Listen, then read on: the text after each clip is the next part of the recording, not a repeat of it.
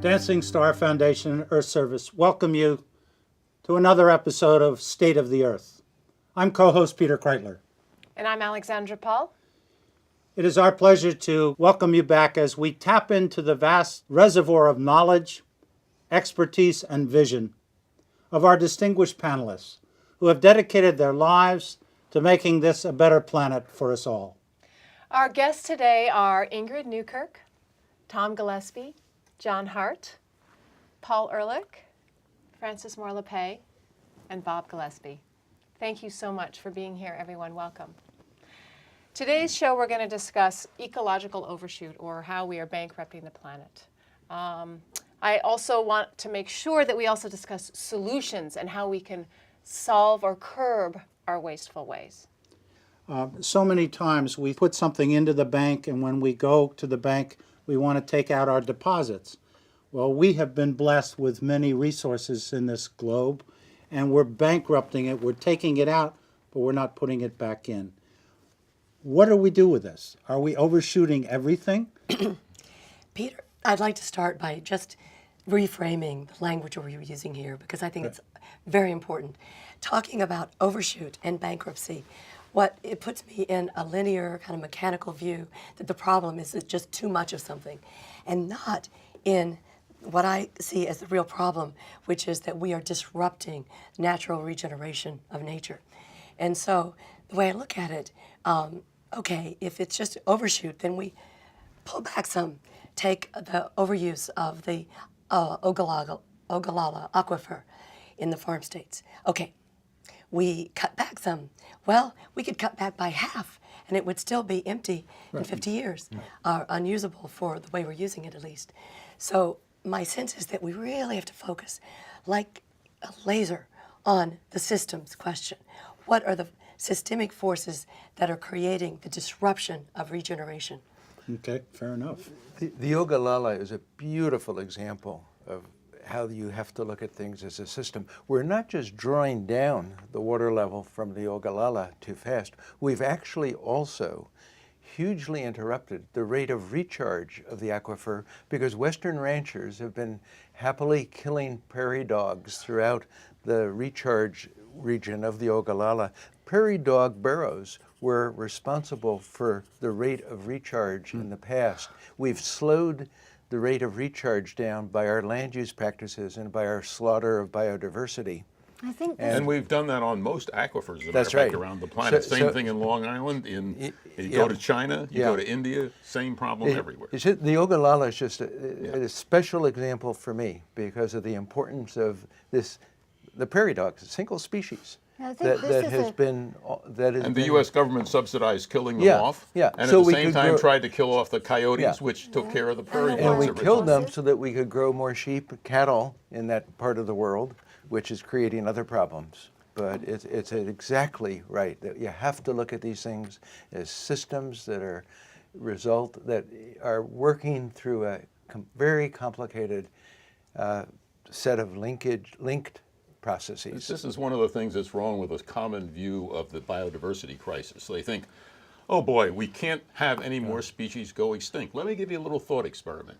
If you could magically preserve a single viable population of every species on the planet, okay, and you then went ahead and did that and everything else was gone, then we would follow in a month or so. In other words, we would lose no more species, but humanity would actually go extinct because of it. The biggest issue, Wait, of why? course, Why would that happen? because the services that they're talking about, water supply, prevention of floods, pollination of crops, beating off the pests that would attack our crops and so on, are all supplied by numerous populations of various species. Just microbes alone are critical. Yeah, right, exactly. And so it's the loss, yes, right now the loss of species is many thousands of times faster than the background rate throughout human history. We are truly in the middle of a huge, vast extinction of species, but the extinction of populations is even more rapid.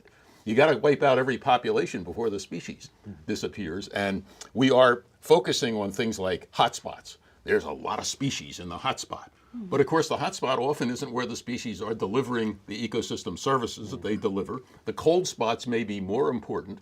And yet, while we talk about, when we go to Korea and we talk about how to save biodiversity, while they're talking, it's being plowed under, it's being overfished, it's being ruined around the planet. And all we get as a response is talk, I'm afraid. But this goes back to this fundamental disrespect where we are so humanocentric. We're just so obsessed with the short-term gains that we can get out of the planet that we haven't thought when we're draining the groundwater, we're ruining the topsoil, we're killing off the wild horses and all these other, because we want the meat, giving these ranchers a free way to go with no taxes on their meat, no taxes on their water for their cattle. I mean, it's just a very narrow view that doesn't include all the other animals. If we were truly human-centric, smartly so, and understood how our survival depends on ecosystem services, we don't would do the right understand it. thing. Oh, we would, We would do the right absolutely. thing, even if we're selfish. Well, what it's just are that we we're, centric we're then, John? stupidly selfish instead of smartly selfish. That's right. Yeah. Is it because And our economic system is so are I mean, we for instance, if we're economically It's short centric? term. Isn't if that we what it is? internalize And even the that is externalities, fine. the ranchers would have to pay That's right. for the water at true price, in which case you wouldn't get You any cattle. couldn't eat meat at that price. Even being economically centric would get us to the right answer if we were smartly economically centric. The best solutions for humankind are economically sensible. We're not doing economically sensible things. We're doing economically stupid things because we're listening to economists who don't understand the system that Francis right. was talking And it's about. short term again. It's all short term. Well, it's not only just short term, it's growth manic to begin with. It ignores the best statement on externalities, that is the things that are involved when you go to the market. For instance, to buy gasoline, you pay for the gasoline, but you don't pay for the air pollution, you don't pay for the global change and so on. And those are called externalities. There can be positive externalities. For instance, if you paint your house, your neighbors benefit economically even though they didn't pay for the paint. Herman Daly, a very famous economist and one of the smartest, said, if the survival of your civilization is external to your model, you probably need a new model. Well, Herman Daly's book was for the common good, and he wrote it with John Cobb, and John Cobb wrote a book in 1970. Is it too late? Well, is it too late for Overshoot or for?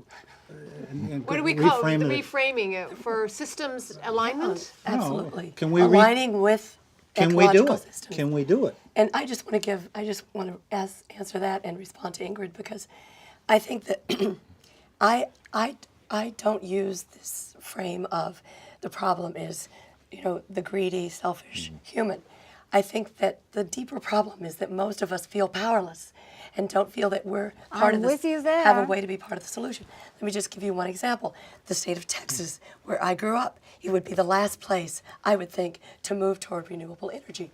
And yet the utility companies brought people together in the 1990s in what they call citizen juries, where Texans randomly selected got to weigh in and hear all the evidence on whether to go with energy.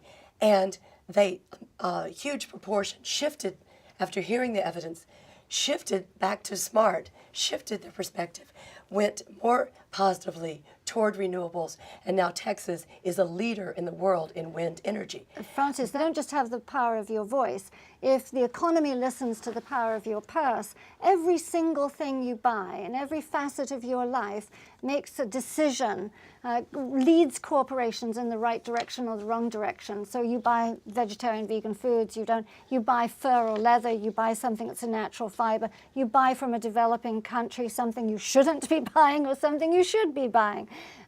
you have enormous power that you just don't know about. And we've seemed to abrogated that responsibility over to politicians, over to corporations, and are led by the nose instead of seizing that control for ourselves. And that's what we have to take back. You know, one of the interesting things is you hear economists who write columns for silly newspapers saying things like the market can do everything. You know, the market is wonderful. They don't understand that you have to What's have the full market? information for the market to operate. That the market is something very different from corporations and from capitalism per se. In other words, most of what you read or hear in the news from so-called economists is actually idiots speaking to you, have no clue how the world works, either the human system or the ecological system in which the human system is buried. I'd like to bring our father-son team in here, because I know you have Which is something. which? Mr. Optimist has to, inherit the future that he's going to talk about. So, Well, I'll say, well, for what I do, I study forests, and what we try to do is monitor them in real time. So some good news, for instance, is in Brazil this year, the rate of deforestation has decreased significantly. And this is largely due to the Brazilian Space Agency that in near real time sees when you're cutting stuff down. We also can do near real-time fire monitoring everywhere on Earth. In fact, there's an app on your phone that if you want to see if your house is burning, your phone can ring because that area over your house increased over 150 degrees. So I just think there are some very exciting possibilities of things that can be used to monitor the environment, to show someone an image in real time, to make decisions, so to speak.